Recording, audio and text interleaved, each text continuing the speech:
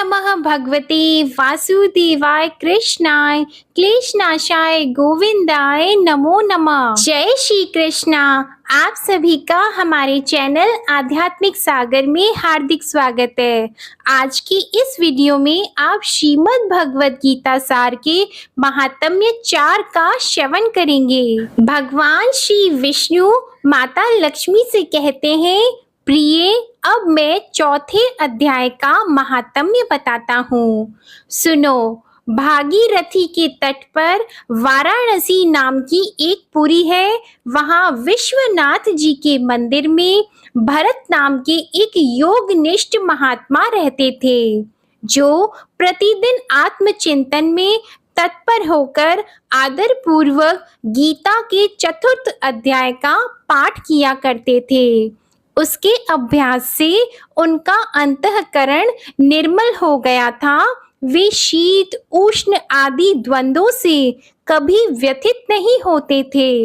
एक समय की बात है, वे तपोधन नगर की सीमा में स्थित देवताओं का दर्शन करने की इच्छा से भ्रमण करते हुए नगर से बाहर निकल गए।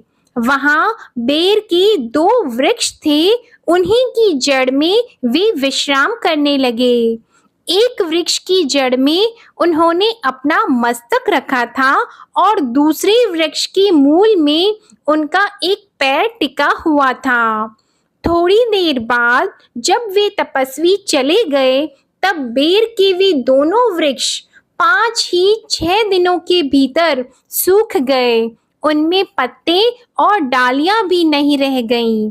तत्पश्चात वे दोनों वृक्ष कहीं ब्राह्मणों के पवित्र गृह में 2 कन्याओं के रूप में उत्पन्न हुए। वे दोनों कन्याएं जब बढ़कर 7 वर्ष की हो गईं, तब एक दिन उन्होंने दूर देशों से घूमकर आते हुए भरत मुनि को देखा। उन्हें देखते ही वे दोनों उनके चरणों में पड़ गईं और मीठी वाणी में बोली, मुने, आपकी ही कृपा से हम दोनों का उद्धार हुआ है। हमने बेर की योनि त्याग कर मानव शरीर प्राप्त किया है। उनके इस प्रकार कहने पर मुनि को बड़ा विस्मय हुआ। उन्होंने पूछा, पुत्रियों, मैंने कब और किस साधन से तुम्हें मुक्त किया था? साथ ही यह भी बताओ कि तुम्हारे बेर के वृक्ष होने में क्या कारण था, क्योंकि इस विषय में मुझे कुछ भी ज्ञात नहीं है। तब वे कन्याएं पहले उन्हें अपने बेर हो जाने का कारण बताती हुई बोली, मुने, गोदावरी नदी के तट पर छिन्न पाप नाम का एक उत्तम तीर्थ है, जो मनुष्यों को पुण्य प्रदान करने वाला है। वह पावनता की चरम सीमा पर पहुंचा हुआ है।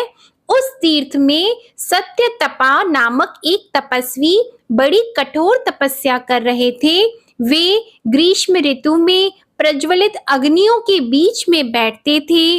वर्षा काल में जल की धाराओं से उनके मस्तक के बाल सदा भीगे ही रहते थे तथा जाड़े के समय जल में निवास करने के कारण उनके शरीर में हमेशा रोंगटे खड़े रहते थे।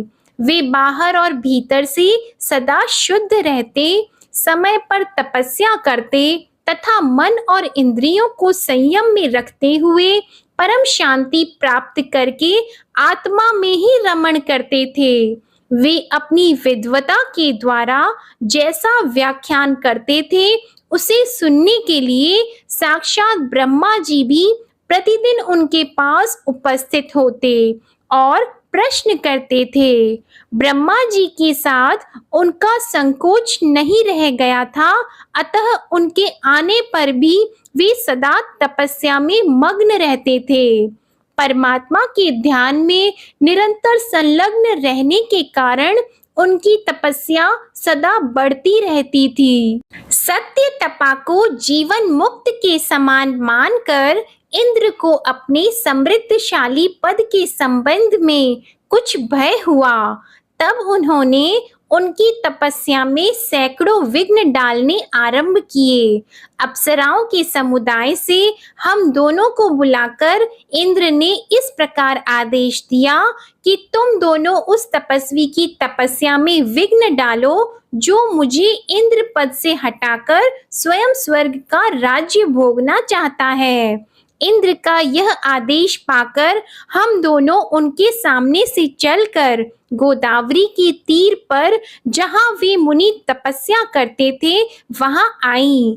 वहां मंद एवं गंभीर स्वर से बजते हुए मृदंग तथा मधुर वेणुनाद के साथ हम दोनों ने अन्य अप्सराओं सहित मधुर स्वर में गाना आरंभ किया। हम दोनों की उन्मत्त गति काम भाव का उद्दीपन करने वाली थी, किंतु उसने उन निर्विकार चित्त वाले महात्मा के मन में क्रोध का संचार कर दिया। तब उन्होंने हाथ से जल छोड़कर हमें क्रोध पूर्वक शाप दे दिया कि अरे तुम दोनों गंगा जी के तट पर बेर के वृक्ष हो जाओगी। यह सुनकर हम लोगों ने बड़ी विनय के साथ कहा, महात्मन हम दोनों पराधीन थी, अतः हमारे द्वारा जो दुष्कर्म बन गया है उसे आप क्षमा करें। यों कहकर हमने मुनि को प्रसन्न कर लिया। तब उन पवित्र चित्त वाले मुनि ने हमारे शाप उद्धार की अवधि निश्चित करते हुए भरत मुनि के आने तक ही तुम पर यह शाप लागू होगा, उसके बाद तुम लोगों का मृत्यु लोक में जन्म होगा और पूर्व जन्म की स्मृति बनी रहेगी। मुनि, जिस समय हम दोनों बेर वृक्ष के रूप में खड़ी थी, उस समय आपने हमारे समीप आकर गीता के 4थे अध्याय का जप करते हुए हमारा उद्धार किया था। अतः हम आपको प्रणाम करती हैं। आपके केवल शाप से ही नहीं, इस भयानक संसार से भी गीता के 4th अध्याय के पाठ द्वारा हमें मुक्त कर दिया गया।